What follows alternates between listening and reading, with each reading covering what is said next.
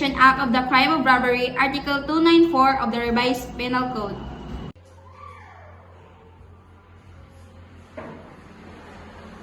Good day, Ms. Bethany. I'm Police Corporal Karen Fernandez, the officer in charge for your case.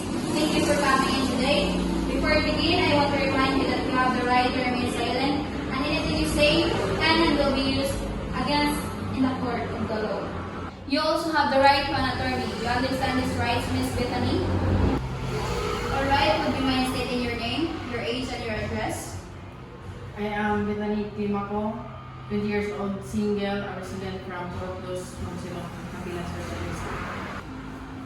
Alright, now we're here tonight to discuss the robbery that occurred at the Capa residence at Pork 5 Magusilong, Cantilan, Surigao del Sur yesterday afternoon. So we understand you were seen in the vicinity around the time of the incident. I was just walking by. I didn't say anything. Miss Bethany, we have several witnesses you placed near the residence. We also have security footage showing a woman matching your description, fleeing the scene in the residence. It must be a mistake. I wasn't involved. I don't know what you're talking about. We also found a significant amount of cash and some properties matching the denomination stolen from the residence in your possession. Can you explain that, Miss Bethany? I won it with gambling and the things were given to me. Gambling? Can you tell me where you were gambling? Who were you with? I can't remember. Can I go now? Not yet, miss. What about stating the name of the person who gave you gifts? I can't remember. He was a stranger. Miss Bethany, we're not here to judge you. We're here to understand what happened. If you cooperate with us, it will go much easier on you. Tell me about your whereabouts yesterday and from the starting you left from home. I left my home at 2 p.m. and I went to church to attend the mass. And after a mass, I went to a bakery to buy some food and I went home straightly. Miss, your story is not consistent with the evidence we have. We have witnesses, security footage, and the recovered cash and properties. The truth will come eventually. It's your best interest to cooperate fully. I don't know what you want to hear, but I refrain to involve what happened incident yesterday. I don't know what happened because I'm not there. Can you tell me where the church you go yesterday? Since it has no mass conducted around the municipality because it was Tuesday. I refrain to answer all of your questions. Can I go now? This is recognized, Miss Bethany. Thank you. You can wait here. I'll send you someone to let you out. Interrogation Simulation Act of the case robbery under Article 294 of the Revised Penal Code. Mr. Umba, thank you for coming in. I am Police Executive Master Sergeant Viola Ballesteros. This is my partner, Police Senior Master Sergeant Micah Sansinan. We understand this is a difficult situation, but before we begin, I want to remind you all of your rights. You have the rights to remain silent. I know my rights. Okay, so you have also the right to an attorney. So before we begin, would you mind stating your name, age, and address? I'm Renz Umba, 21 years old. I'm living at Pork 5 Cantilan, Surigao del Sur. By chance, do you have any idea why you are in our custody? No, I don't.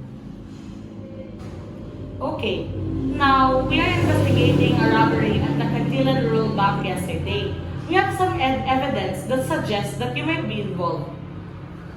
I don't know at all. Okay, because now we are investigating a robbery crime incident yesterday at Cantilan Rural Bank. We have some evidence that suggests that you might be involved. I wasn't involved. I was home at all day. We'll get to that. Can you describe your day yesterday? Let's start in the morning. I woke up, had breakfast, the usual. The usual. And what time did you wake up? Around 8 o'clock. 8 o'clock. What did you do after breakfast? I watched some TV, did some course. What kind of course? Just cleaning. Can you be more specific and what did you play? The kitchen, bathroom. Isn't that your wife's usual routine? Yes, but she was away yesterday. Where's this Will? She went to the market to buy our breakfast. Mr. Umba, we have the witnesses who place a man not seeing you described near the bank around the time of the robbery. A man wearing a distinctive blue jacket and the shoes you are wearing here. I don't have a blue jacket, and it's possible that someone has the same shoe as mine. We have a security footage showing a man in a blue jacket entering the bank. A man with a similar build to you. Can you explain it? It could not be anyone. We also found a trace of dye from the bank's dye packs on a blue jacket found in your home. The same blue jacket. Mr. Umba, we're not here to judge you. We're here to understand what really happened. Cooperation will make this easier for every one of us. Tell us what you were doing yesterday afternoon, specifically between 2 to 3 p.m. I was Mr. Umba, don't be afraid to tell the truth. We understand mistakes happen, but lying will only make things work. Tell us what happened, and we can work to find a solution for your case.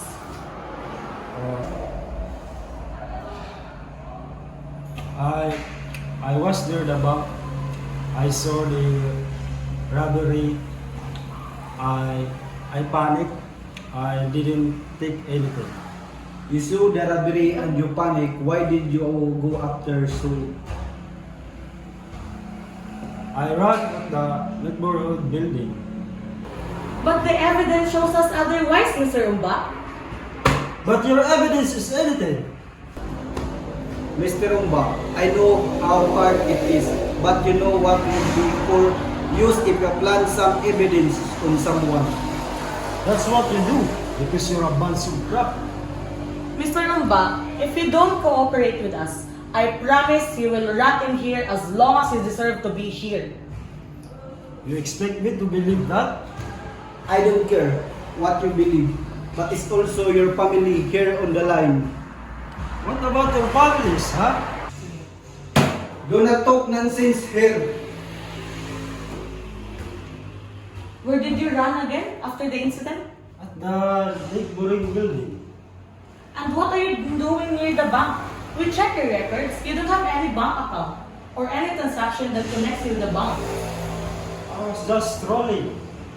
Isn't it off or just a coincidence? You were strolling at the time of the bank being robbed and you were just strolling nearby?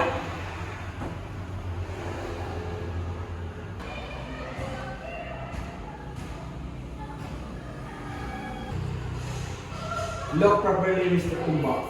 By this time, to you, don't look strolling to me. Why? I need to do something. Look closely, Mr. Umba. Is that you standing here? Yes. Look carefully. By this time, why did you enter the fire exit at the side of the building? Mr. Umba, you are being caught off guard here. Would you still lie? What is this? It's a photo of you from the footage that shows that you are fleeing quickly the bank after it is being robbed. Would you care to explain that? I told you, it is not me. Then why did you admit that it was you in the photo standing and entered the fire exit? Why are you silent, Mr. Umba? I don't know. I told you, it is not me in the photo. Is this yours? No, it's not mine. Interesting, because your wife gave it to my partner earlier this morning. Luckily, she didn't wash it yet. It could have been you. But the smell of this jacket is slightly similar to your scent right now. I can tell. I don't know what to tell you, but it is not mine. I wasn't involved in any of the accusations against me. I'm giving you one more chance to reflect and to think about what are you doing to tell us.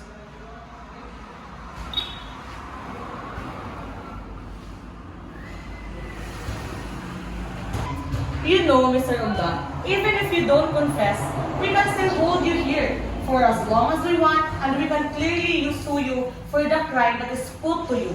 If I were you, I wouldn't hesitate to cooperate with us. We're giving you a benefit, favor, mister. It's up to you if you want to write in there. Okay. I'll tell you everything. I did rob the bank. I made my way to enter the bank from the fire exit of the building and made my way inside. When I observed that there are only 2 clients, I pretended I was one of them.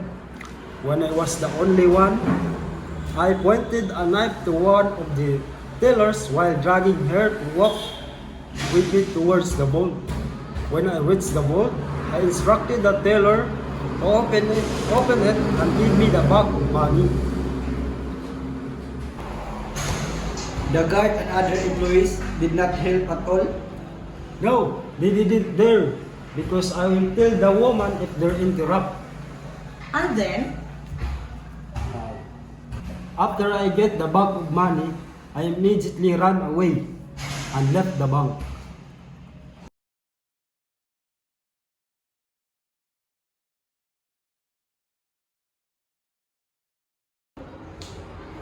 Thank you for your cooperation, mister. you stay here for the meantime while we prepare everything for you. Thank you, Mr. Rumba.